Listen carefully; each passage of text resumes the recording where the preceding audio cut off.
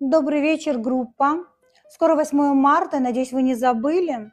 Скидываемся учительнице на подарок, девочкам на подарок, ну а после мы идем в ресторан. Поэтому все скидывают мне по 10 тысяч на карту. Жду.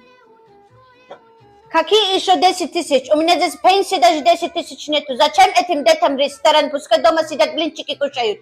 Да, еще ресторан надо им. Добрый вечер, группа. Я слышал, вы деньги собираете на 8 марта. Можно мне пакет яблок принести? Вы же знаете, у меня зарплата всего лишь 5800. Вот. О, какой смешной папа Ахмедика. Пакет яблок. Я извиняюсь, группа, мне очень смешно стало. И вообще, я готов даже скинуть 10 тысяч долларов. Это касается особенно тети Пайнуса. И вообще, учительница – это вторая мама нашим детям. Ле, Тайсон, я здесь и мама, и папа, и бабушка. Ни рубля не дам.